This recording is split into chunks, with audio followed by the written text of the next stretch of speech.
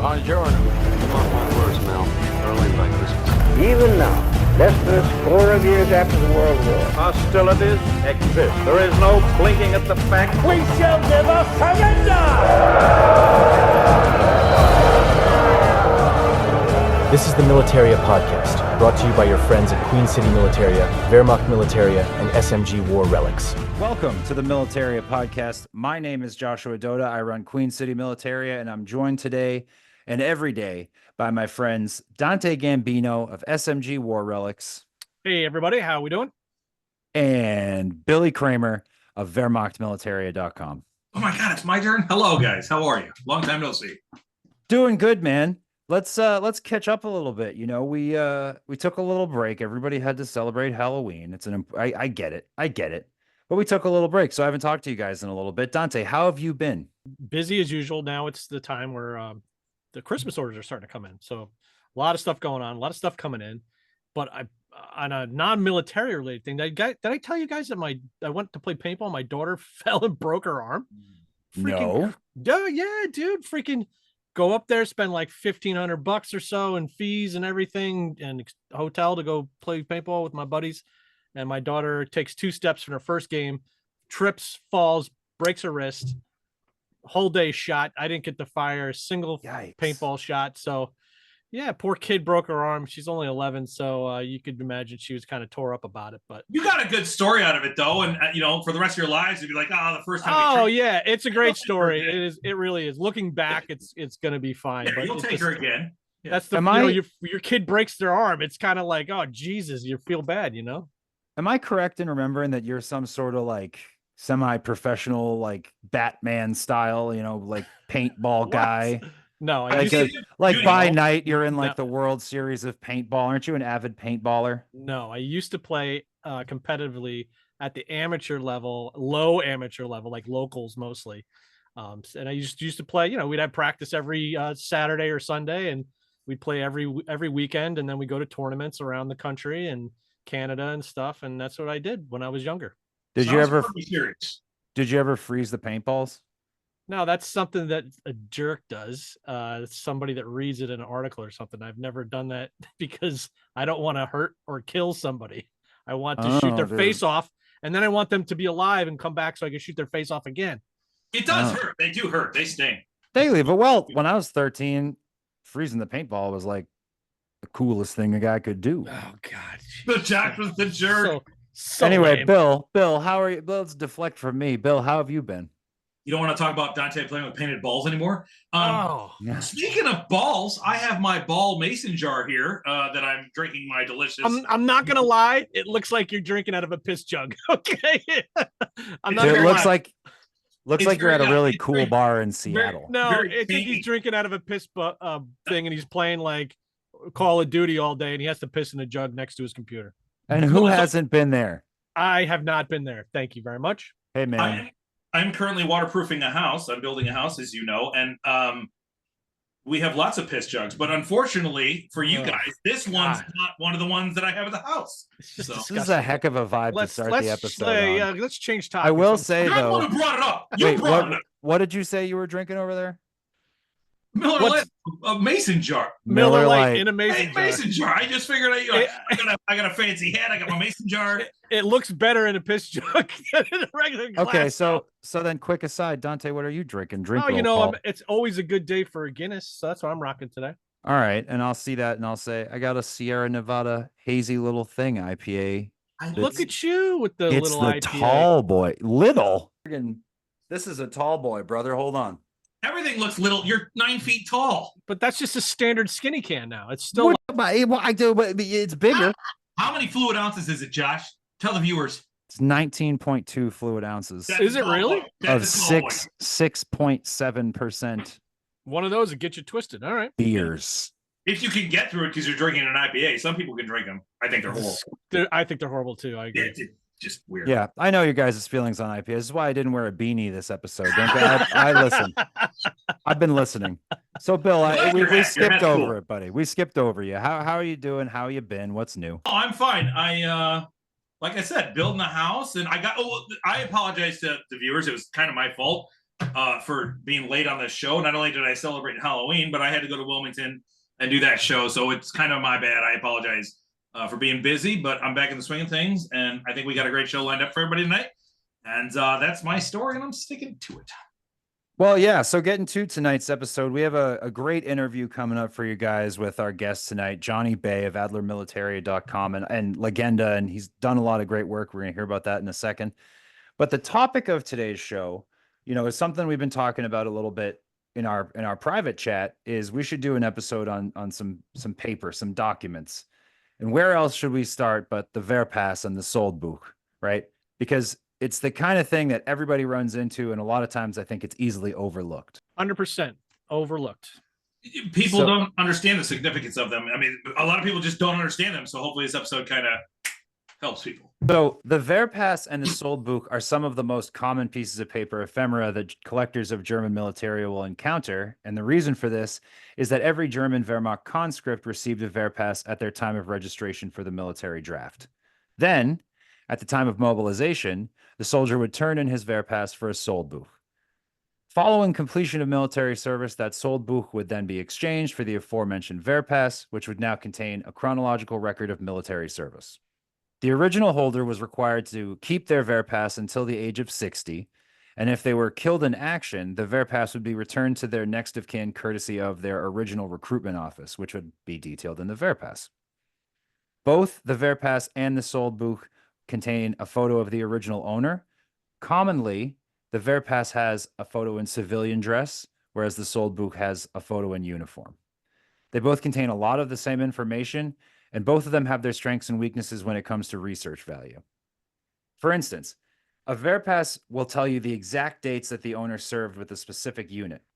But a Soldbuch, however, will not contain that information, and you'll have to decipher it using like context clues, more or less. Hindsight's 2020. I totally get it now. I never knew the civilian photos only in the Wehrpass. I see that now in my head. I'm like, that's a good fucking point. I guess that is a good point. It's why it's cool to have both. If you can get your hands on both, how fun is that? For sure. So, what information can be found in the Wehrpass and the Soldbuch? While the Soldbuch and the Wehrpass contain valuable information about their original owners, it's my opinion, and I would think it's most people's opinion, that the Wehrpass is definitely the more comprehensive and accurate book. A Wehrpass will also contain the serial numbers for civilian documents like the Kenkart and the Arbeitsbuch, as well as other information about the civilian's occupation and their RAD service. There's a bunch of stuff in there. A Soldbuch, however, functioned more as a military ID, and it was carried throughout the entirety of the soldier's military service. And as a result, it shows a more focused view of a soldier's life. It features a more detailed record of combat engagements. It has passes to enter military bases. A military driver's license would be contained in there. Information about when and why a soldier would be sent on leave, and even release information if they were a POW. If the holder of a Soldbuch was KIA, it's also possible to gain information about his final burial site from that Soldbuch. But it's worth noting that the Wehrpass is really where you're going to find most of your KIA entries, just because it was comprehensive of the entire military service. You wouldn't be exchanging it, right? So that you'd get the Wehrpass back saying this person was KIA. So thinking about like, why is this document valuable to collectors? I think the number one thing, and I hope maybe you guys would agree, is research potential, right? Because if there's one thing that's lacking from most German militaria, it's research potential. Most stuff that people will encounter is a dead end when it comes to research that pertains to the original owner of the item. Like, you can look up maker marks, you can look up, all the stamps and the cartouches, whatever you want, but you're not going to find out who it was that carried that rifle, unfortunately, unless you have the book, right? If you're a collector that specializes in a specific branch of military service or even a specific unit, you can find a Wehrpass or a Soldbuch that will pertain to that. And the ability to access highly specific information about a soldier's record makes these documents very valuable research tools to the collector. Yeah, absolutely. I think a lot of my customers, they value coming to my website to get a Soldbuch or a Wehrpass, because I'm leaving a lot of stuff on the table. I don't have time to spend, 5 days, 2 weeks, whatever it takes to really dive into the minutia of the page by page, phoning a friend to get, translations on certain things and deciphering all this stuff. I don't have time to do that. So I might pull out like one or two tidbits from the thing, like, oh, the guy was a train conductor or something. And then I'll get a phone call or an email later, be like, oh, Dante, this guy was this, and he was this badass, and he did all this crazy stuff. So if you've got the drive to really dig into the research end of it, there's just a lot of satisfaction that can be gained from picking up an inexpensive piece of paper. Absolutely. And that actually taps into something else that I was going to bring up, which is signatures. A lot of times if you like analyze the signatures that you find in these pieces of documentation in the Soldbuch, sometimes in the Wehrpass, you'll find signatures from people that are like high-ranking military officials. And that obviously adds a monetary value, but at the same time, it adds historical value. It adds a little bit more weight to the document, because now it's not just like I'm sort of thinking about this one soldier story, but you're involving a character that's famed, or infamous rather, right? And also another thing that taps into what you were just saying is the value. These are like relatively affordable when it comes to military, I would say. Would you guys agree? 100%. Yep. Yes, and then again, what you're talking about, like for instance, you got a Ritterkreuz Traeger who signed something in that Soldbuch. That's an important thing of like, oh, I got this guy's signature. Wartime, it can't be obviously post-war, so it's cool. Absolutely, dude. Wartime, and that's the thing too. You can get Knight's Cross holders like the signatures from meetups that happened in the 60s and the 70s, but it's very different when it's on a wartime document. So absolutely, huge price swing. And just to speak to what Dante said, if you're trying to flip stuff, if you're trying to say, I want to experiment with doing a little buying and selling, maybe you have a purchase that you want to fund, or you want to try your hand at being a dealer, and you find people out there that will sell paper like a Soldbuch, like a Wehrpass, for relatively cheap, because they don't want to sit there and do the research through it. To them, it's just another piece of paper. And I get it, paper stacks up. But if you're willing to sit there and do the research, you can then provide a more quote unquote complete product and sell it for more money, saying, here's a fully researched book. You know what I mean? As opposed to here's a project for somebody else. It's a great point, actually. The other thing that collectors may run into, Soldbuch was a phenomenon that was not unique to World War II. They exist for World War I as well, and you'll certainly find those. But one thing that didn't necessarily transfer over in the exact same way is the Imperial German military pass, the Miltar pass. I might not be pronouncing that right, but hey, I'm from New Hampshire. It's a piece of Imperial German military, and it can be considered sort of the grandfather of the Wehrpass. It functions as a complete military service record. Includes personal information about the holder of it, campaigns they participated in, award records, pension information, and KIA if that's applicable to them. And like the Wehrpass, it was not carried by the soldier, so entries were often made weeks or months after the events occurred. I have a question real quick, if I can interject. Are all the covers the same color? Oh, I'm glad you asked, Bill, but they're actually the not. They're actually not. I will say this, unlike the Wehrpass, the Militaria Pass or Miltar Pass does not feature a portrait. So unfortunate, but no, all the colors are not the same.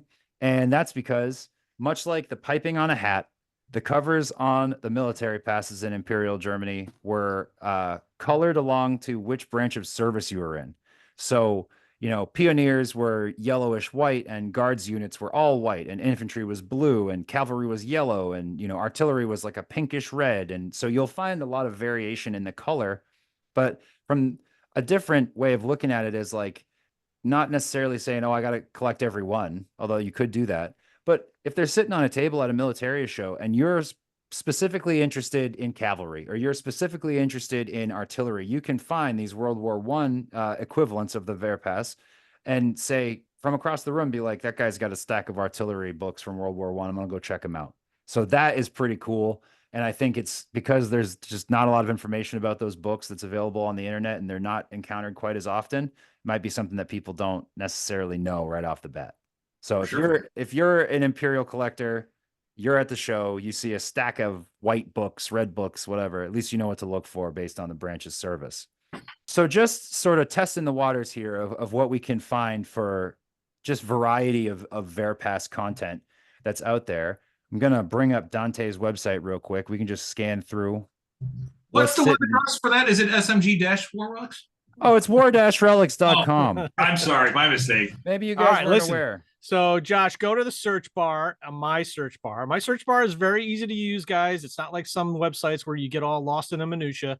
And just type in Wehrpass, and it'll bring up sold and current products. So we can see a nice archive of things to explore. We're not going to get into all these, but just let's look at the title listings of some of this stuff. Starting at the first one, the kind of things you can find in these Wehrpasses. This guy on the left, all the way on the left, 1684. He was a field medic. He has all kinds of medical training. Okay, all kinds of cool stuff. You can dive into this one. Tons of research potential in something like this. Let's go back to the other ones, Josh. Let's just look at the titles. This one, MG30 next, MG34 training, a whole list of things that he was trained on. That one sold like instantly. People love having that training listed in their books. $80. $80 out the door. Killed in action in Russia. Another killed in action in Russia. This guy's got a call-up notice, which was kind of cool. Hey, you want to find a protective wallet? Tough to find, but they'll complete your Wehrpass. What else do we have? A railway worker inspector? Dude, there's like fun stuff to find here.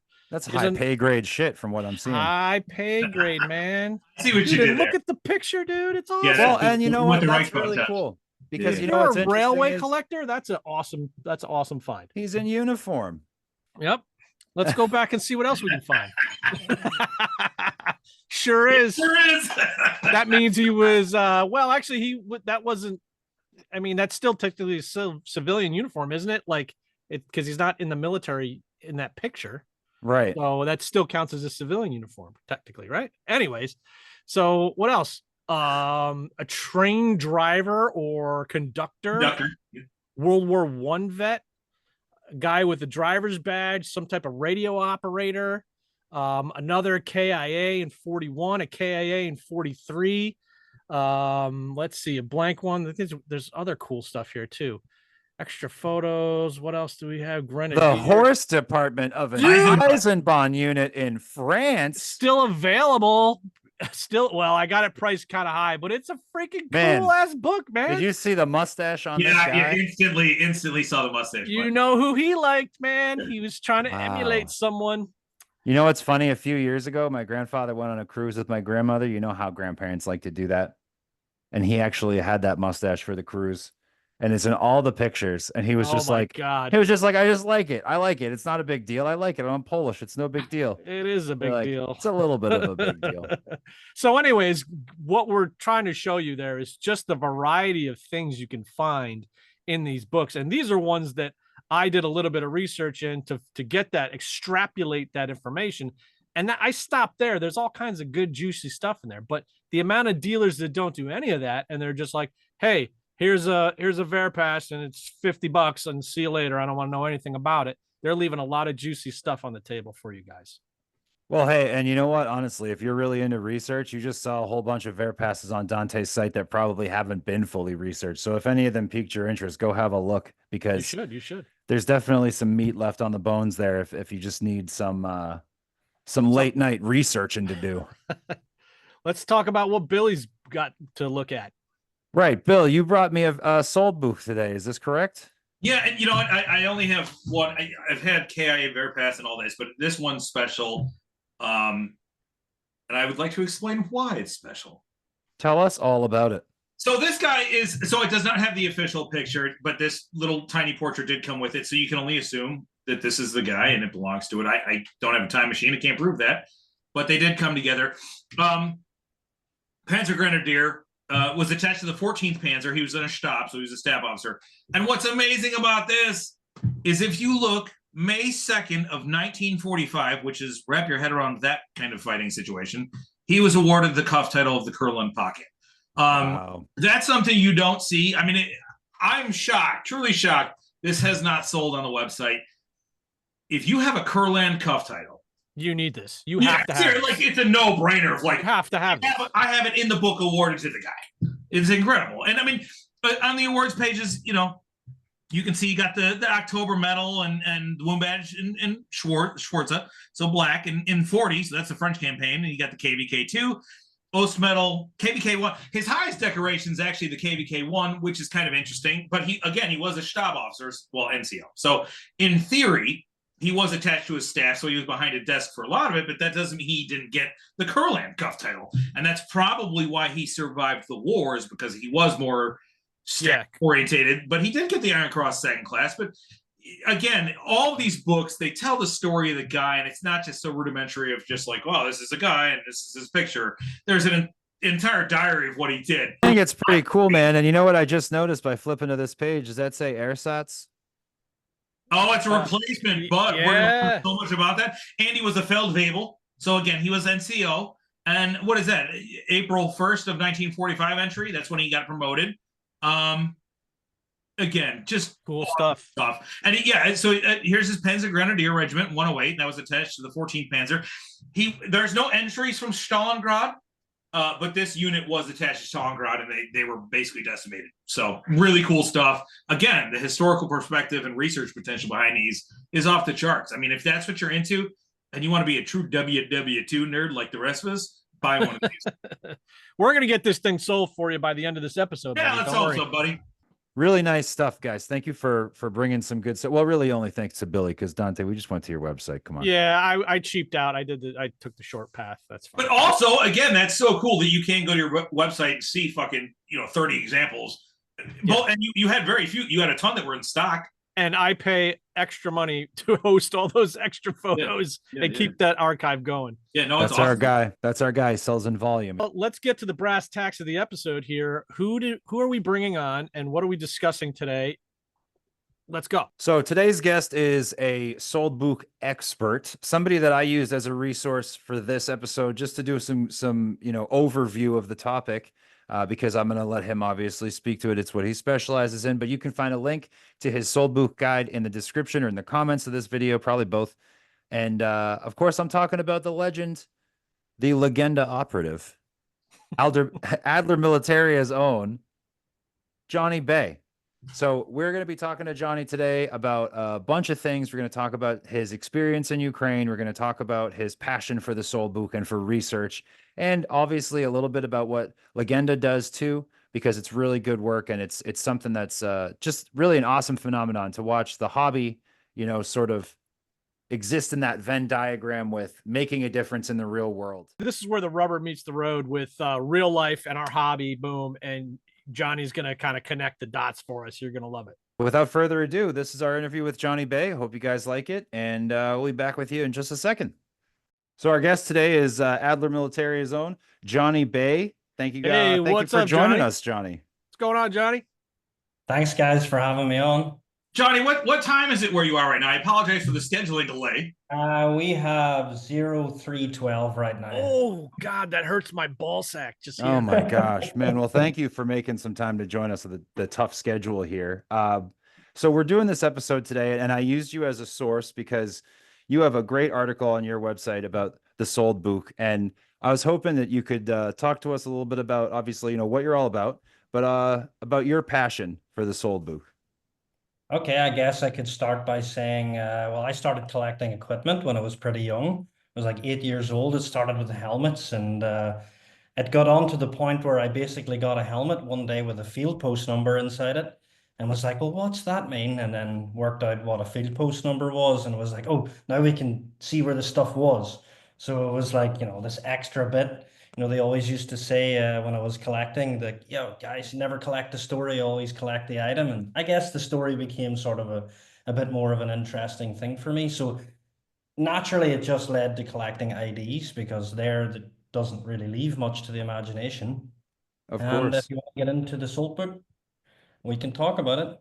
So I have one that you sent me that we can kind of walk through here. I have a whole bunch of pages, so I'm not sure where you want to start, but. All's good. Let's start with the one with the tag on it. Okay, awesome. So what are we looking at here? So here we got a Soldbuch open, and there's a tag laying on top of it, and you're probably wondering, well, why is that tag there? And you can see here on these, page 1, Erkennungsmarke, basically meaning dog tag. And usually these should match.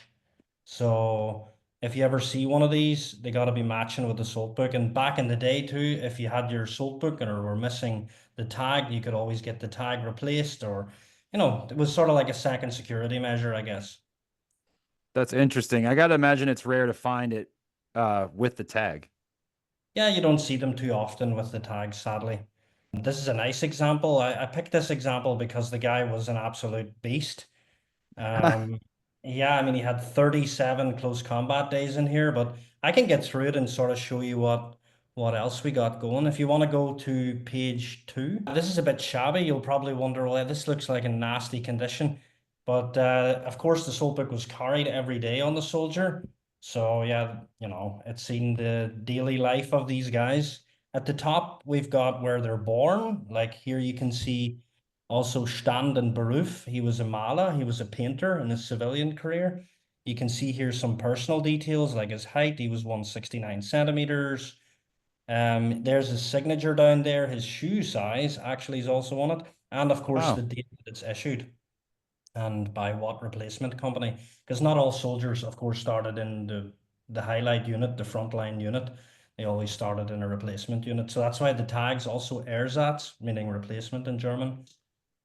Page 3 is on the other side. Usually, if there's any changes in a Soldbuch, it's always recorded because it was tamper-proof. So basically, if the guy wanted to bust himself up to a colonel or something like this, it was impossible. They had to actually record it in here. So here you can see there's Beförderung, meaning basically he's been promoted. And here you can see he was even promoted up to a Feldwebel, so NCO. That's really cool. And, it's interesting to just be able to have this amount of information, like you were talking about earlier, you want the story. This is really how you get it. Yeah, well, that's it. It's more like a diary of service, let's just say, too. I mean, it started its life out as a pay book. If you look at back in World War I, they didn't have all these features. But in World War II, they added all these features to it, like equipment and ranks, everything, medals, just got more and more and more, even as the war went on. Hey, Jonny, we talked briefly about the condition of the Soldbuchs because of they're in poor condition because they were carried on the soldier every day. What was the process like for having to replace a well worn out Soldbuch? Did they get a whole new one? Did they take the old pages and glue them into a new book? What did they do?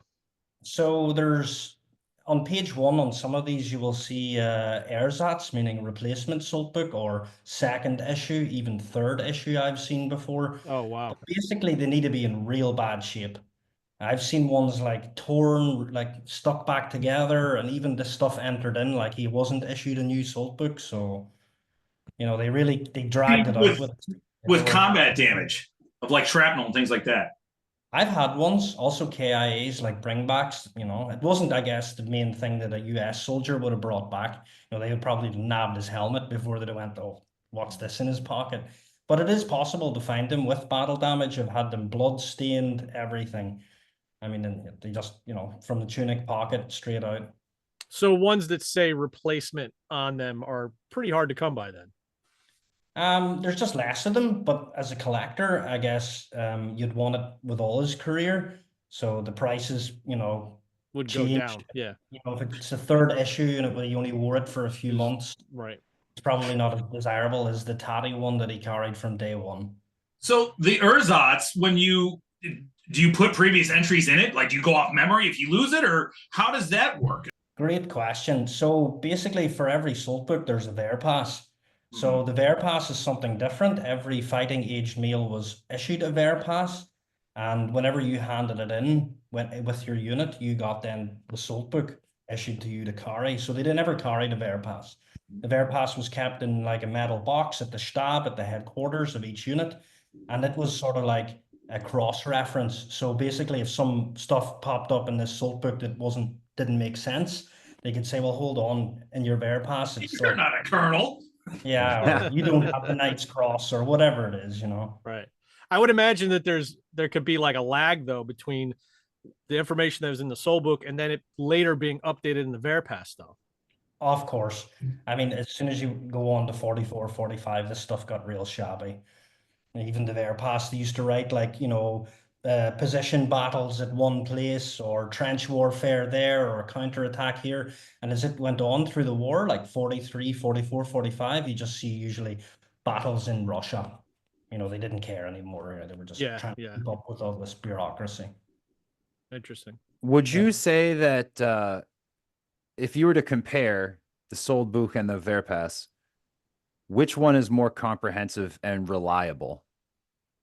The Wehrpass would be more comprehensive because the Soldbuch still is a pay book and a record book, and it takes a little bit more skill as a collector to try and work it out. Where in the Wehrpass, it's just wrote there in black and white, like where they fought. For instance, in the Soldbuch, it's not really that clear. I mean, I can show you when we get to page 4 that it takes a little bit of like knowledge on what's what to work out where they were, when they were there.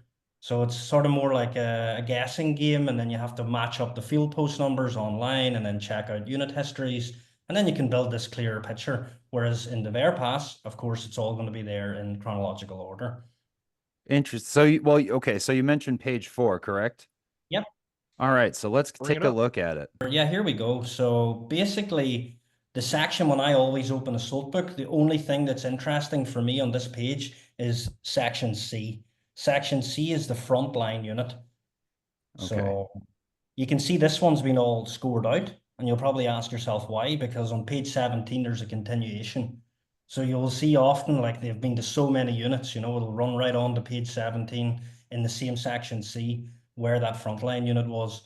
And section D is the replacement unit, and usually B is either the unit they joined when they started or one of the replacement units. So basically, you're saying the Feldwebel that we're looking at was Infantry Regiment 283, correct? Correct. That's when he started. Okay, and he goes on and he gets replaced, and that's why you've got the crosshouse. Exactly. So on this specific example, it'll go on to page 17, and then you'll see like a more frontline unit. You can see here. Anybody want to take a guess at this?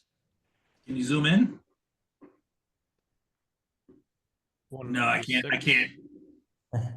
So it does take a bit of practice. Stab? Is it Panzer Grenadier? I was going to say, I see Panzer PZ down there.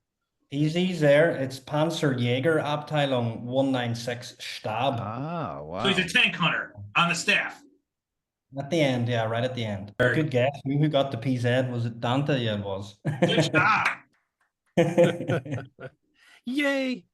Of course, the more of these that you look at, the easier it gets to spot, right? I mean, I guess it's like collecting whatever, you know. I guess you guys can know what medals, what maker by looking at it. I don't have a clue. Well, Jonny, one of the things from a dealer's perspective, we can't all be experts in everything. So I don't consider myself a paperwork expert. But when I do get these Wehrpasses and Soldbuchs in, I'm kind of flipping through, looking for like bits that I might be able to pick up, and then I'm doing Google Translate and everything with my phone, trying to figure out what is this? Can I read it? Do I know what it says? And then I've got a reference book that I use, and I'm trying to like cross-reference. It takes me a ton of time just to get a little bit of information out because I'm not a specialist in this kind of stuff. So I would imagine that like on my website and other websites, we're leaving a whole bunch of stuff on the table to be explored and to be gone through by the collector. Jonny, I got a question for you because, you and Chris Pittman, you're my go-to guys for the Soldbuch and Wehrpass. How many pings a day do you get on Facebook of people like, hey, can you help me with one? You have to be just blowing up for info. Oh, man, I don't even want to say that. It's just crazy. Some days I look at my phone in the morning and I'm like, another one of those days where there's just been a show somewhere and like everybody's found something and they want to know what this is or what that is or what's this field post number. And basically that's why I made this collector resource. It was like, here, guys, you can go and find out the units for yourself or, try to get people to, learn. But yeah. Are you going to have that link to the resource he's talking about in the description? Yeah, of course. Yeah, it was a pretty key part of researching just the overview for the topic today. So, I appreciate your hard work. What's the website? What is it? We didn't even talk about it. It's on my website, adlermilitaria.com. Oh, so there's a sub-link, there's a subsection in your website? Got it. Just how to read a Soldbuch and a link to one of our forums on Facebook. And there's a lot of knowledgeable people on there. Usually if you ask something, you will get an answer in a few hours back. So It's impressive you've not the Facebook group hasn't been shut down, because we've all tried to have a group and have it successfully stay up, and it's not easy. So congratulations, It's sir, not dude. easy. It's impressive. The war on history. Yeah. Yeah, it's not easy to keep a group going. I think we're on the third attempt now. The first attempt was like 3,000-4,000 members. Now we're like down to 900. But yeah, Especially with what you're talking about, it is strictly research. It's not even, you can't even put a political spin on it. I mean, it's just words in a document. I mean, I guess it does say Aaron Kreutz or whatever award, but beyond that, you're not even showing the decorations. Yeah, I don't know. I guess maybe it's a bit of with the algorithm too. They see all these soldiers in uniforms or so. Yeah. I don't know. Who knows what it is? But yeah, it's super annoying. That's for sure. We need like a really good, a good forum just for the Soldbuch. That's still to be made, I guess. Well, there's definitely enough interest in it. I was scraping forums earlier today to get a little bit of extra information for this episode, and it's crazy the stuff that you can find going back, decades at this point. But let's jump back into this book that we've been looking at here, because it seems like there's a lot of information. I don't want to bury the lead. Where would you like to go to next? If we went back to page 4 or 5, yeah. So here you can see this guy was never married. It has Ehefrau wrote there in section 1 on the right side. And you can basically see that he never married, and his parents were the next of kin. But you can see in this case, the father died, the little cross meaning died, and then the mother's still alive. So if anything was to happen to him, his mother needed to be told. You said he's not married, and you think about the lives of these soldiers, and I know it's kind of odd to say, but I hope most of them got laid. If they weren't married before they died on the Eastern Front. I mean, this is just, I really do. It's like, man, he's so young. He's so young. Yeah. Fair point.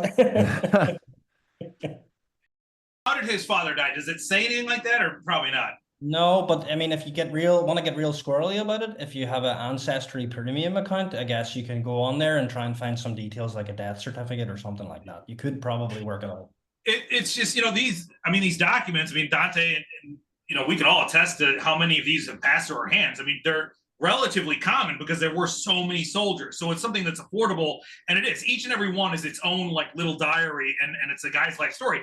And realistically, this is probably one of the only things on the face of this earth of this gentleman that survives. This is what's left of him, That's it, man. You said it. This is the last little, I'd say, window into his story. One of the things that I tried to bring up in the intro of this episode is a lot of German militaria tends to be a research dead end. So it's really cool to have so much research talk right now. I'm loving it.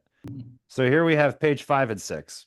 Yeah, here we've got, it looks like probably not much to anybody here, but you can see the unit on the left side that's giving either the equipment out. This is an equipments page. And you can see here on the first column, Stahlhelm, so helmet. I mean, look how many helmets this guy was issued. 1, 2, 3, 4, 5, 6, 7 helmets in his career. I mean, wow. How many tunics? Like nearly 7 again, it's crazy actually. So many things he was issued. And of course, here you can see is a Kennungsmarke. Also, so you see this handwriting all in at the end. These are like extra items or items that he might have needed.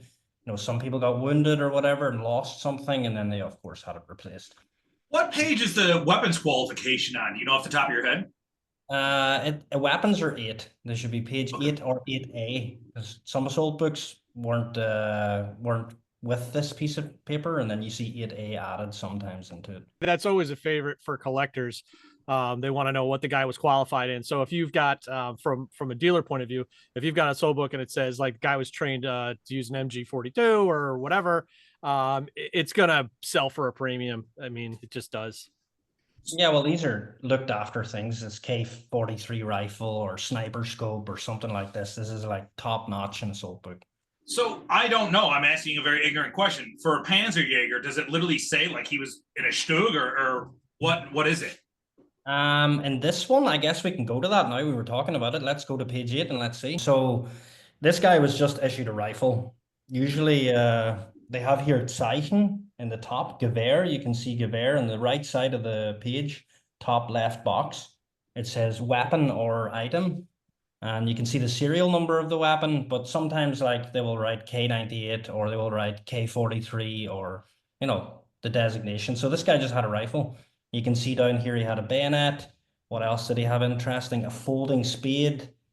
And on the left side, he's been issued some equipment again, some extra stuff, likely some winter stuff.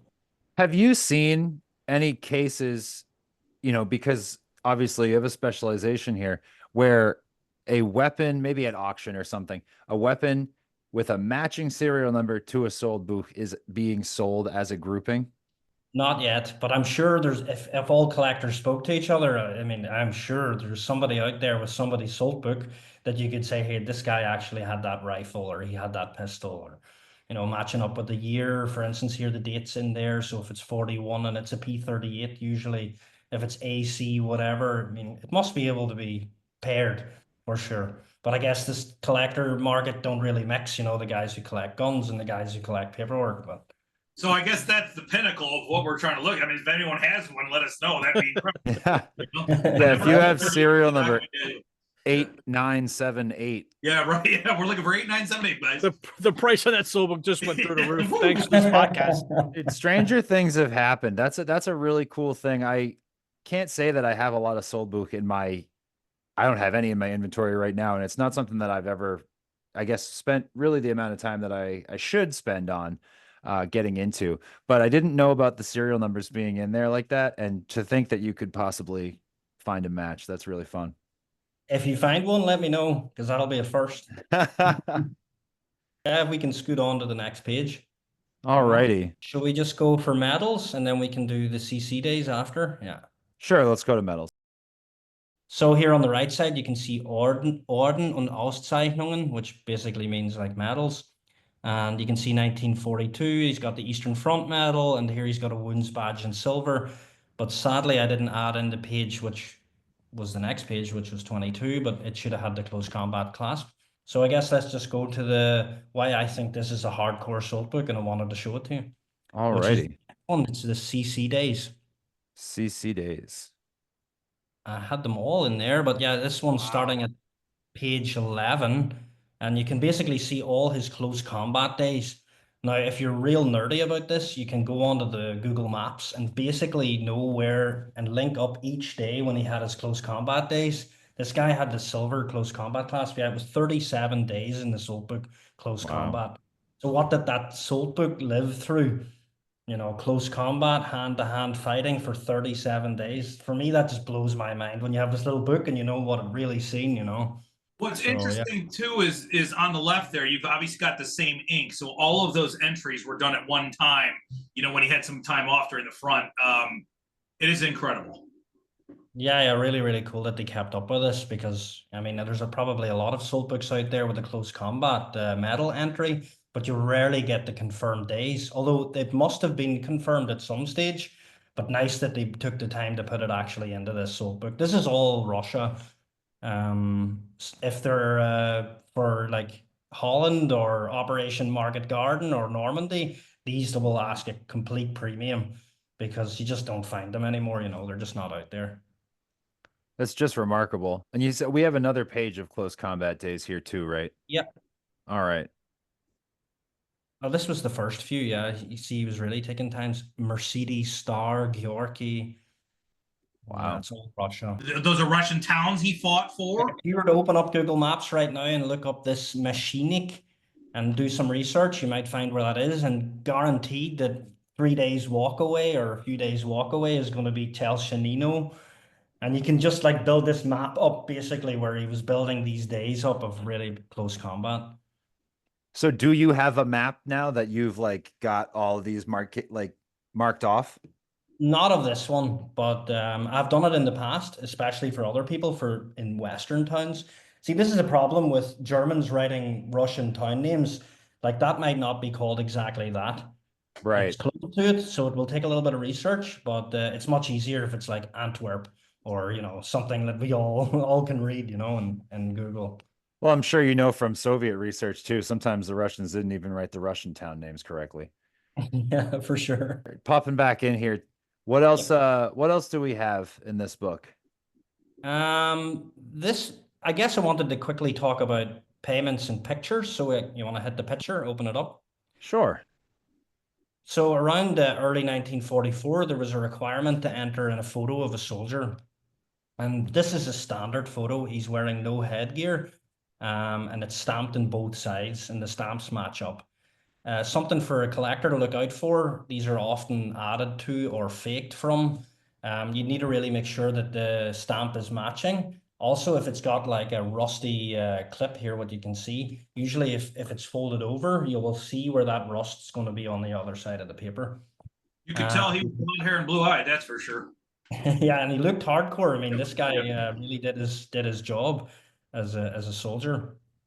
But yeah, in 1944, the requirement was that all salt books had to have a photo entered. So if you ever see one that doesn't have a photo, it usually is a good sign that by 43 he was either out of the army, or for some reason it'll be wrote in there like the photo can't be taken, blah blah blah, and then some officer will sign it off. Did I read on your guide to the Soldbuch that like sometimes they are pictured with headwear? Like that's not a complete red flag?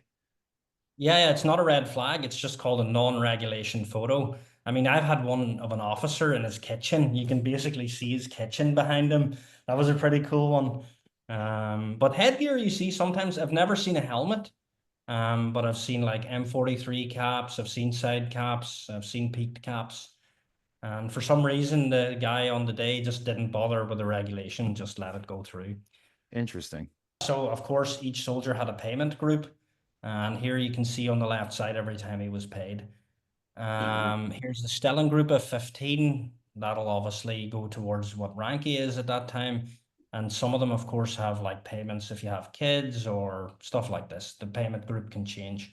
That's pretty easy to find out how much that was back then. I don't know off the top of my head right now, because this is probably the most least interesting part of the Soldbuch, with it being a pay book, but it's still the most least interesting part of it. On the right side, you can see some other stuff, which seems to be soap. He was issued, yeah, on what's this, July 44. Yeah. So That's yeah, important. That's probably the least interesting part of the Soldbuch.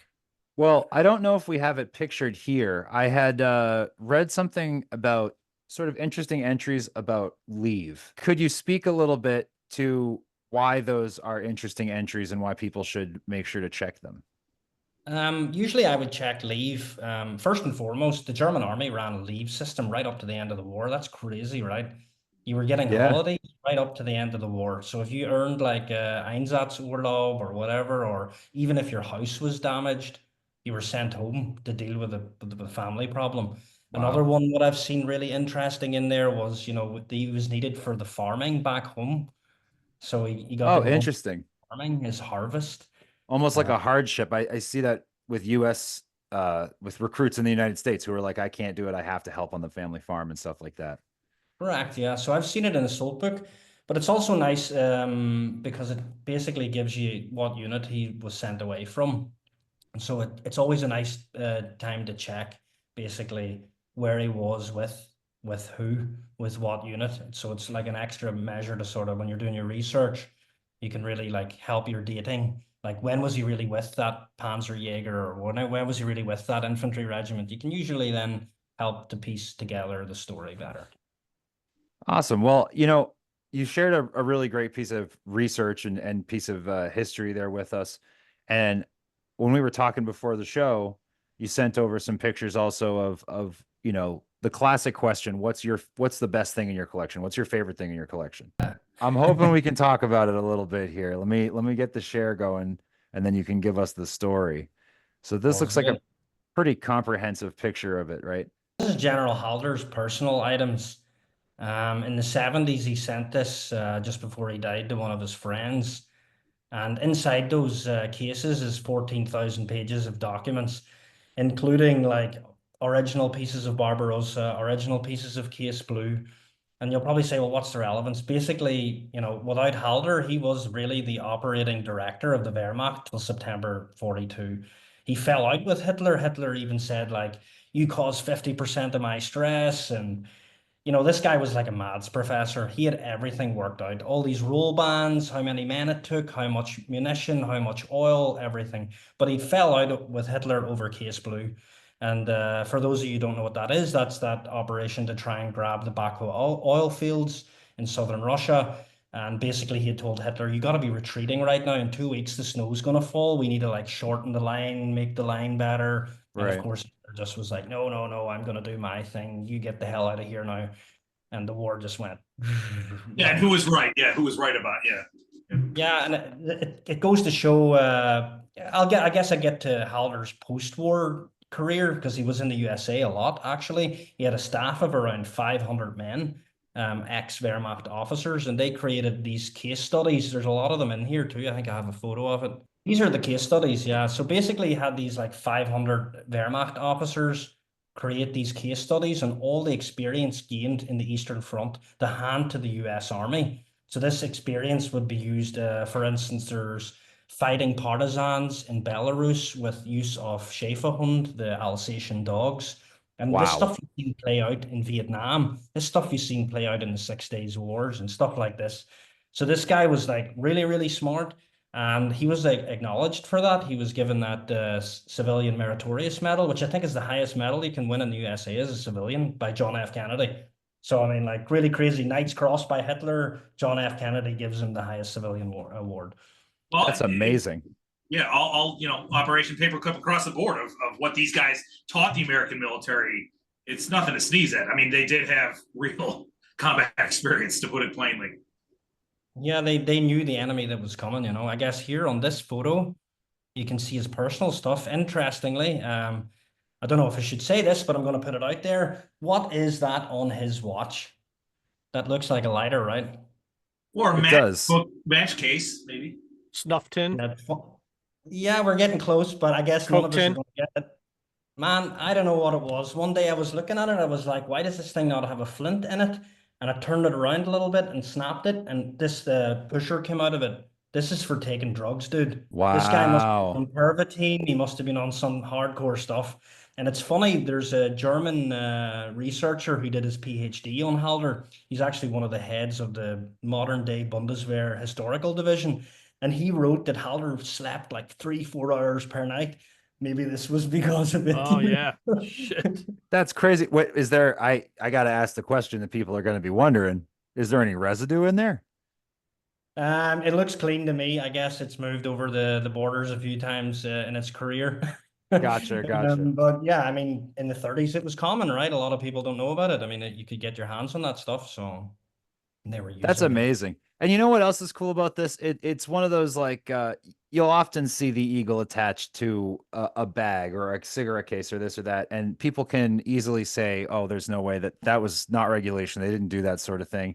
And then here you go. You're like, well, here's part of like a nice attributed grouping where you can see that in action. That kind of looks like it was a stick pin at one point. It is pure silver, solid silver. I know that, and it's very nicely detailed. Sadly, I don't have another photo of it to send you, but it's also the same eagle on the briefcase. And the briefcase is marked on the inside, which is an attaché briefcase, and it says OKH. That's this briefcase, yeah, correct. Wow. And you'll probably ask, what's this old clunk of an old World War I pistol with some crappy grips on it? Oh, well, I've played Battlefield 1, man, but let's talk about it. So this is a fascinating pistol, actually, because you've seen this little notepad on the other pictures. All the internals of that are owned by Johns Hopkins University.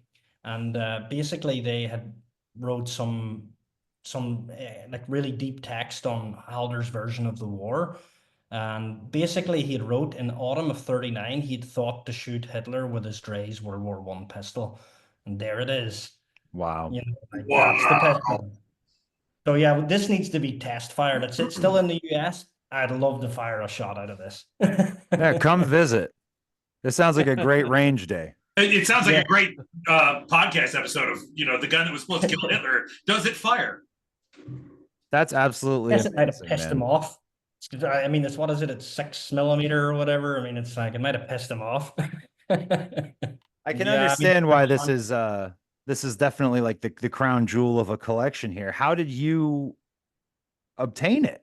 if you don't mind me Okay, asking. so I got it through one of my business partners in the US, and basically he bought it from a hair salon that used to do people's hair after World War II, and they brought all the veterans used to bring the stuff there, and then like This is amazing, dude. this shit A was just sitting in that hairdresser. trunk. Like, what the hell? Oh my God, that's I mean, crazy. He does have great hair in that period portrait. So, I mean, he obviously wanted to keep up with that after the war. Yeah, that's funny. But yeah, what a treasure. I mean, like you can see here, I just took a selection of maps and stuff. That's real maps for like the invasion of like Donbass, which there's still war there today. Pretty That's crazy. absolutely amazing. Oh, not to pivot too much away from this absolutely terrific grouping here, but you brought up Donbass. And I understand that you've spent some time in Ukraine. I mean, I could just tell you a brief story about how I ended up there. So we're sort of going back to front here, by the way, because it's really Legenda was what took me to Ukraine. But so for Okay, those- well, I'm so don't let me derail you, but let's talk about Legenda first, and then we can go into the Ukraine stuff. yeah, because then you'll see my motivation why I went to Ukraine. This summer, we got an email from this young lady here in the photo. She's from Poland. And she wrote to me, hey, you know what? I think I know where my grandfather or my great grandfather's buried. She was there with her dad too. So it was his grandfather. And she said, you know, we have a good idea where he could be. And we've been researching and, you know, let's go and try and find him basically. And that's me cleaning a dog tag, thinking that it might have been their grandfather, but in this case, that KIA soldier was just another German soldier. But he must be somewhere in that area. We just ran out of time that day, so we're going to go back there and try and find this lady's family. Yeah, that's the grandfather would have been the grandfather of this man sitting next to me. He's just been sort of obstructed by this microphone. But what was really amazing was they still had all his stuff. If you want to go to the other picture, like they arrived there and still had like his photos and his diary. And I'm like, what the heck? Like, just Oh, imagine, wow. like, what the heck? Like, really crazy. Remarkable. So, would you mind speaking just a little bit to people that may not know what is Legenda's mission? Basically, it's an NGO and it's been around for 25 years now. I've been a member of it for 10 years. And it's about finding missing soldiers. So it doesn't matter what nation you fought for, we want to try and find you and we want to try and give you a grave. This is basically the mission. And to date, it's been over 20,000 soldiers. So since I've been there, I've dug hundreds of Germans, hundreds of Soviet soldiers. And yeah, we usually have like 3 expeditions in the year. These could last up to 2 weeks. They can be in the forest, they can be in the middle of nowhere. But yeah, it's quite a successful organization when you look at the amount of people we actually recover, you know. I just think that work is incredible that you're going on. And again, I love the historical perspective of it. It doesn't matter if he's a Soviet or a Pole. I mean, German, whatever you have. I mean, it's incredible. And how important is it? Because how many people were lost in this war and are in a field somewhere, and no one knows what happened to great grandpa. It's just he never came home, you know. And it's amazing that you identify these remains and you get the proper information to the families. I commend you on what you do, man. It's incredible. Noble Thank you. work. That's appreciated. I mean, it sort of all was a bit of a dream of mine when I was younger. Like, oh, one day I will go and find something like relic hunting. But like at the end of the day, what's the best feeling is actually just walking into a cemetery, seeing all the new headstones and going, ah, there's that guy, there's that guy. And so for me, that's my history hit. That's what I really enjoy to do now. It's absolutely amazing work. And you know, it's funny though, when you say, I'm going to go out and find something.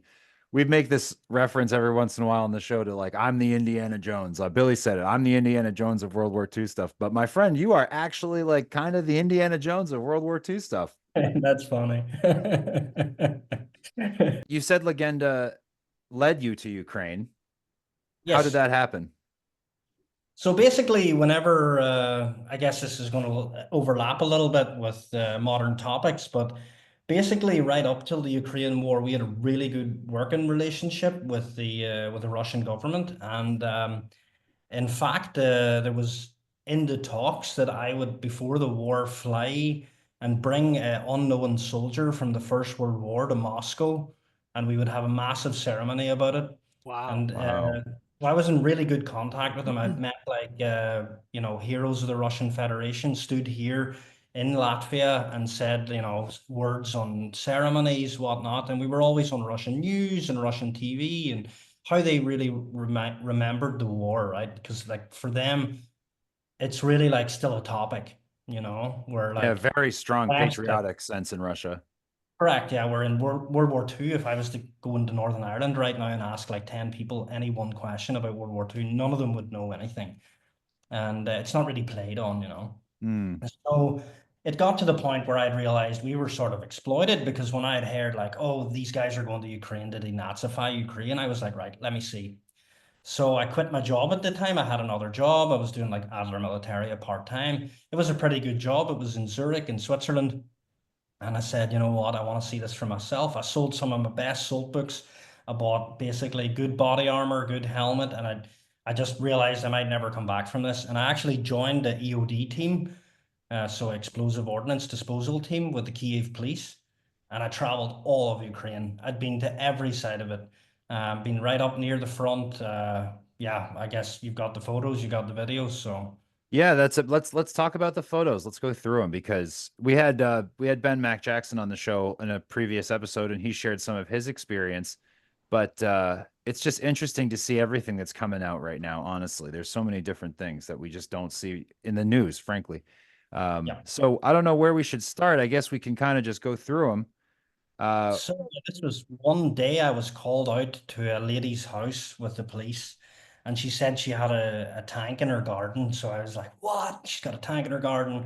Straight out to see this tank in her garden. This was a VDV a tank, a T-72, I think it is, and it just completely cooked out. I mean, the turret you can just see over to the right in her vegetable garden.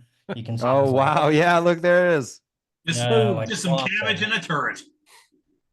Well, This Jonny, thing was- how do you have a military background? How the heck did you get on the EOD?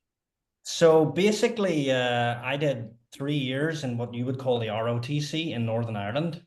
And basically after that, I decided, hey, I didn't really want to do this anymore. And then I suddenly got into this military archaeology. So dealing with like bombs and stuff, we do it all the time when we're looking for. Okay, so it connects. Yeah, I see. So there was an overlap, and I thought, you know what? I mean, this stuff's not going to be buried, so that's already a good sign. It's going to be laying in front of me. Let's go and have a look. And it took me to, these are the Battle of Kiev positions. I mean, if you want to go to the other photo, you'll see the hangar of Mira. Yeah, exactly. Wow, dude, Mira in that's the background. crazy. And yeah, this was all mashed up Russian tanks right in front of it, all hit by grad, all messed up. And yeah, we had to clean all that. So I spent months there just cleaning that one airport. Yeah, and here we did some evacuations. This is in Soldbuch, near Bakhmut, and it fell actually not long after we left. But you can see this little girl to the right. She was with her sister, and this is her Kaninchen, I don't know, I only know the German word for it. It's her pet. And this is us in Kramatorsk, actually, after we'd brought her out, she was just sitting against the wall. I was like, guys, look at this. Somebody take a photo of this little girl right now. Chinchilla. Is it a chinchilla? Is that what that is? I think it is. I mean, I thought it looked like a cat. I was way off.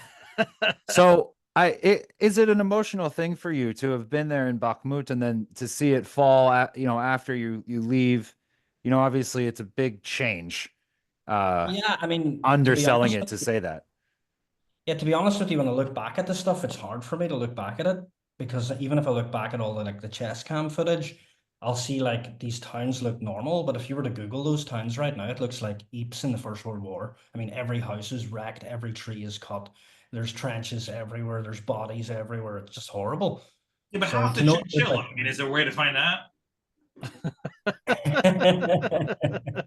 The chinchilla's fine. Do you have any idea how hard it is to find chinchilla body armor? Well, she got out of there anyway. Yeah, basically we were there for a few weeks, and we took with the police, and we did evacuations. So we were got a call, would run from a CP point directly into somewhere on the zero line, which was in the middle of the town. And you could hear explosions and gunfire and get in the bloody car, let's go now. This is what it was for a while. Jonny, how do we get some of those patches, bro? That's what I really want to know. Our Legenda patch, yeah. Well, I'll keep you posted on that next time we print some. I'll let you know. All right. Yeah. And I had one lucky escape. Basically, the second time when I drove into Soldbuch, we were zeroed with artillery, and I think I give you the video of that if you want to play it. You can play it.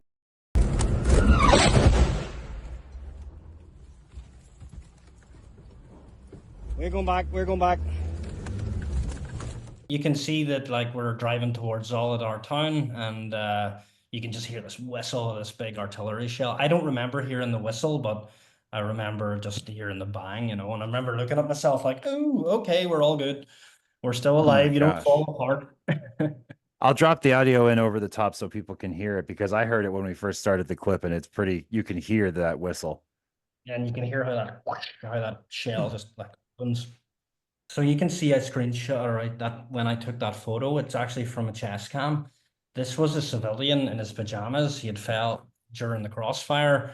And this lad here that you can see on the other side was actually also a volunteer. He traveled from New Zealand, and he was killed there. So PMC Wagner actually killed that guy. Oh my gosh. Him and Chris Perry were both killed there, yeah. And I worked with him for a few days down there. Really nice gentleman. He supposedly had like a medical degree, and really smart guy, but completely selfless.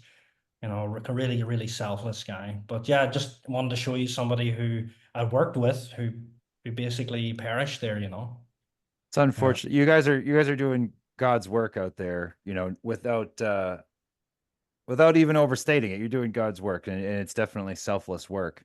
So thank you for what you were able to do as well, and obviously to everybody else that's still doing it. Yeah, it got a lot harder because of the drones. I mean, like warfare changed in the last 2 years, like something crazy. Even that video of me driving there, like today, you couldn't do that in the daylight. You'd just you'd be killed right away. This was just a photo that I think Vice took. We were clearing mines in Sumy Oblast, which is on the Russian, like right on the Russian border. And this is Izum. This is where this massacre took place. I basically was like one of the first civilian cars to drive in there when they told me there was a massacre there. I still had my civilian car there, and was like, right, that's it. I want to see this for myself, and just drove there with the car. So in Izum, when they liberated this, they pushed the Russians out of there again, and they found all these mass graves of like tortured kids, tortured men, women, their teeth and stuff pulled out, and all like with their hands behind their backs. I guess they were all pro-Ukrainians who, were going to stand up to the Russians. Didn't end well. Terrible, man. And it's just got to give you such a perspective to see this. And it's the same. That's honestly the same thing that I said to Ben when we had him on the show, which is like, you can read about it in the news. You can see people on Reddit, sharing combat videos or on various, I guess, just internet publications or social media or wherever. People that are out there, sometimes they have easier access depending on the platform. But to be there and see it yourself has just got to give you such a crazy perspective and understanding for what's actually happening on the ground. Yeah, definitely. I mean, when you said it, does it take an effect on me? The only effect that it has on me is when I went back in the West, and I realized that people don't really know what's going on anymore.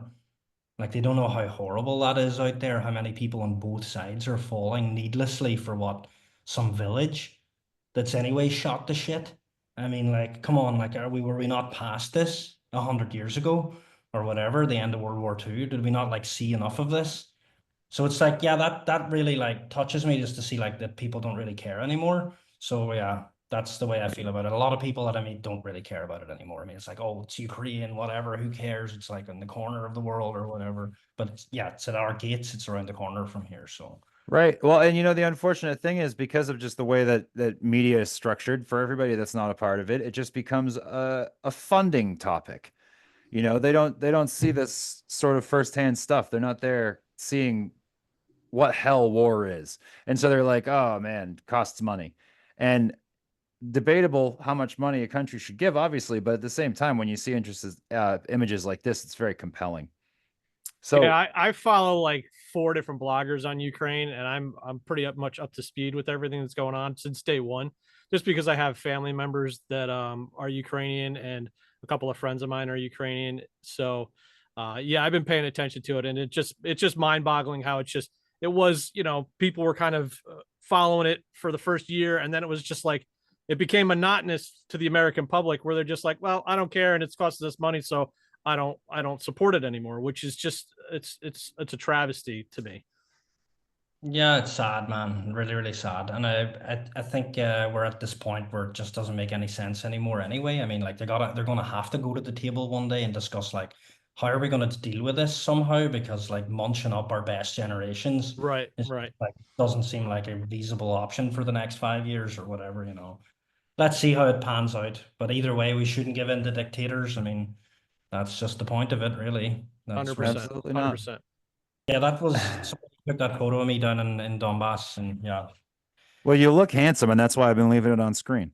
Yeah. That's a really good shot, right? So we have a group shot here. Okay. So basically, this was us at training Cargo 200 teams. So basically, as it went on, I almost spent 2 years there, like the guts of 2 years going in and out. And I tried then at the end of it to try and explain to people how to recover bodies. So it became less about the bombs and more about the bodies. Like, okay, so like hook and line kit, what's that? How to use a metal detector, never had a metal detector in their hand. So basically we created a small course, and we put like Ukrainian people who are out there risking their lives every day to recover soldiers. They're brave. They're out there all the time doing it. And I guess I can give you a link to that group especially because, yeah, they're recovering both sides of the conflict, and regardless who, they try and identify those people and give them a place to rest, which sort of overlapped with the Legenda stuff for me. That's amazing. And just to reiterate real quick, your work with Legenda started before the conflict began, correct? Correct, yeah.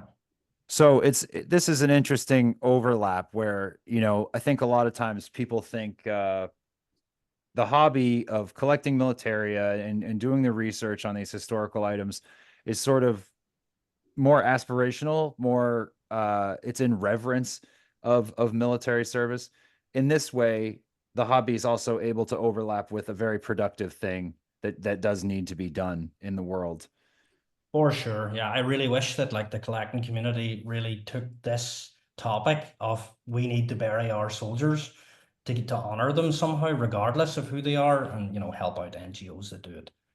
It's not. I don't want to jump off track too much with the current topic. We're talking about Ukraine and things like that. But going back to you were looking for that, the woman lived in Poland and her grandfather, you didn't find him. Did you eventually find him or no? Oh, she's coming back again in the new year, so we're going to be trying again. I mean, how we found that soldier, you seen me there cleaning his tag. I can tell you a little bit about methodology. So like we're finding a lot of those guys with like a metal stick that punches into the ground, not even a metal detector, and you can hear the difference between like rocks, like sediment and bones. And that's how that guy was found.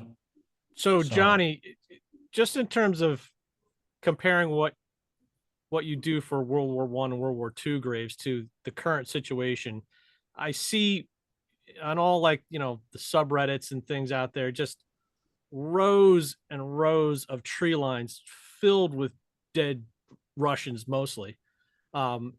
Spin it however you want, but that's what I see on what I'm watching. And no one's coming to get those guys, right? So do you think that in time, like in the near future, those guys will be recovered, or the Russian government is just like, well, they're out there, screw them, and we can't do anything about it. We got other things to worry about. And those guys are going to be buried with mud for another 100 years before someone goes and digs them out? There is no doubt in my mind that for the next 100 years, that country will be cleaned. And it will take hundreds of years. I mean, the amount of shells shot, the amount of bodies lost, people lost, civilians lost. Like I told you, it reminded me when I see today Bakhmut or Soldbuch or any of these big cities that were just wiped out. I mean, they're full of stuff. There's stuff laying everywhere, and humans. So yeah, it's going to take a long time to clean that stuff up. This mission to find just people even caught in the crossfire, like you said, all those Russians, which is also a complex task because a lot of those Russians who've died in such meat waves, the Ukrainians don't even want to touch the bodies because like some of them have armbands if they were HIV positive. There's a lot of prisoners and stuff out there. Oh right? my God, that's a lot of stuff that like crosses over, like really nasty stuff. Jeez. And I also read that there's I don't know how much is true or what's significant, but there's a certain amount of overlap with World War II trenches and maybe even World War One. I don't know, but World War II especially, and the current trenches right now. So like you could be in the future, you guys could be excavating a trench line and finding a 70 or 100-year gap in the type of soldier that you're digging up. In the same place, yeah. Correct. In the same place. Yeah, that's just I've seen footage too of Ukrainians digging their trench line and like, oh shit, there's a German helmet. And some soldier. Dude, that's Wow. crazy. Absolutely insane. It's really fought over areas there. I mean, like in World War II, It's still going on. I mean, it basically come on, let's put it plainly. That war from World War II is still going on. Well, when we're talking about logistics of defense, right? It's like, well, this is a good place to build a trench. That doesn't change in 100 years. It's still probably a good place to build a trench, right? Correct. Yeah. Yeah, but you're right a little bit, Billy, what you said there. It's sort of like, especially for the Russians, they see it as like a continuation. So yeah, for me, I've often said it to people, like World War II still played on. It's still like a big topic there, and they still do it. Don't they still do a Jubilee ceremony every year for it, don't they? In Russia, yeah, they're really crazy about it, yeah. They absolutely do. I watch it every year, and you guys should too, because it's amazing, and it's really like the only place in the world that you're going to see that sort of parade. Another point I'd like to make, touching back to what Jonny said, is that even the Russian government calls the Ukrainians all Nazis. I mean, at the end of the day. Interesting topic. So basically, I don't know if any of you know this, but my real father is Jewish. So like this always was a topic in Ukraine too. So I would like, because of course Zelensky was Jewish or is Jewish, and I'd always say to like some people who I would see wearing questionable insignia, as I will call it here, you'll all know it because we're collectors. Like the Totenkopf, the Death Head. Like you'll see Azov wearing like the sun wheel. Yeah, so you go and ask all those young Ukrainian guys what the hell they're wearing. 99.9% of them don't even fucking know what it is. They have no idea. They're like it's a cool skull, man. Yeah. It's fear to the enemy. One of them said to me one day, I was like, okay, well, if you're getting a kick out of it, well, then that's all good. Yeah, it was powerful imagery then, and it's powerful imagery now. I mean, especially with Baba Yar and everything else that happened in Ukraine. That's crazy. A different topic. Yeah, I mean, like they suffered in World War II also. I mean, like similar story here in Latvia. I mean, like both governments really exploited them, So you had, for instance, here in Latvia, and there's one battlefield called Lestina, and there's a big cemetery there. And basically, there was Latvians fighting Latvians on the field. I mean, like, in the Red Army and in the SS. I mean, like, come on, they were just exploited, right? Of course. All the Baltic nations. How did you get to Latvia? The Legenda topic took me here over 10 years ago, so that just became like a second home to me, I guess. And I ended up making more friends out here than anywhere else because, of course, the guys who were into digging were the collectors, were the interesting people, or, we could get into conversations like we're having now. Yeah. Man, speaking of interesting people, this has been absolutely fascinating. And thank you so much for joining us again. Thank you so much for taking the time. I know the schedule sucks because we're on different continents. It is what it is. But this has been so eye-opening, and thank you for walking through the Soldbuch with us, walking through your experience in Ukraine, your experience with Legenda. We hope we can have you back on in the future to talk about some of your future adventures here and share some more of his knowledge with us. Sounds good, man. I'd be up for that. Awesome. Well, thank you again, man. And hey, at the end of the episode, every time we plug our websites. So why don't you go ahead and give it a plug? So it's adlermilitaria.com. That's the business, I guess. But if you want to go and have a look at the NGO work, we have a different website for that, of course. And that's going to be legenda-archaeology.com, or just Legenda Archaeology in Google. You'll find us. Awesome stuff. Awesome stuff. Thank you very much, Jonny. This has been a terrific interview. Thanks, man. Appreciate it. Go to bed, Awesome. buddy. I'm sorry it's so late there. Thank you again for taking the time to talk to us, bud. All Yep. good, man. Yeah, it's 4 a.m. Yep, it is. Oh my gosh. All right, we'll be in touch. You have a good night, brother. Thank you very much. Same to you. I hope you enjoyed it, guys. See you Thank you. later. Hopefully it's nice. Awesome. So that was our interview with Jonny Bay. What'd you guys think? I'm blown away by that. Dude, Jonny is an awesome guest. I can't wait to have him back. We're going to get this dude back because you thought those are some cool stories and interesting stuff. He's got more in the old cabeza. So looking forward to it. I can't wait to hear more from him. Again, I wish we could have talked more about identifying the soldiers' remains, who are in these fields. It's incredible. And, it's a real history. And again, it's important work. Much like Ben Mac Jackson of all these vets in their interviews, it's a different faction of it that Jonny Bay's going in these fields and digging these people up and identifying them, alerting their families and burying them properly in their home countries of, these men fought and died and they need their stories told too. And I think that, from the potential of the research that he's involved in, I think it's incredible work. And it's very cool that we have a chance to interview him, and it's attached to Militaria. Absolutely. And you know what? Honestly, we talk a lot about expanding the community, people expanding the hobby, getting people interested and sort of normalizing it. And I think that, the work that they're doing is so morally good by anybody's standard that it serves also as a great bridge for people to say, hey, I'm interested in this. Or say, hey, maybe you can't go dig a battlefield, but you can preserve history in a different way. And that's through collecting or through dealing or through, doing research, publishing things. It's all part of the same machine. So really, really happy we could have had him on. But with that, we're going to wrap the episode.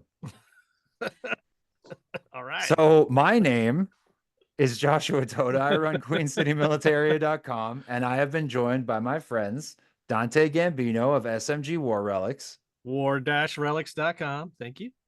And my friend Billy, the biggest Cubs fan in the entire world, of WehrmachtMilitaria.com. Cubs. I turned my head the wrong way. Oh my God, this was horrible. Anyway, my website is Wehrmacht Military. Don't forget the hyphen. And come on by and see if you can get something for yourself and appreciate history. That's what it's all about. Awesome. Guys, thank you so much for hanging out tonight. And we're going to have to get Jonny back on real soon. That was a good time.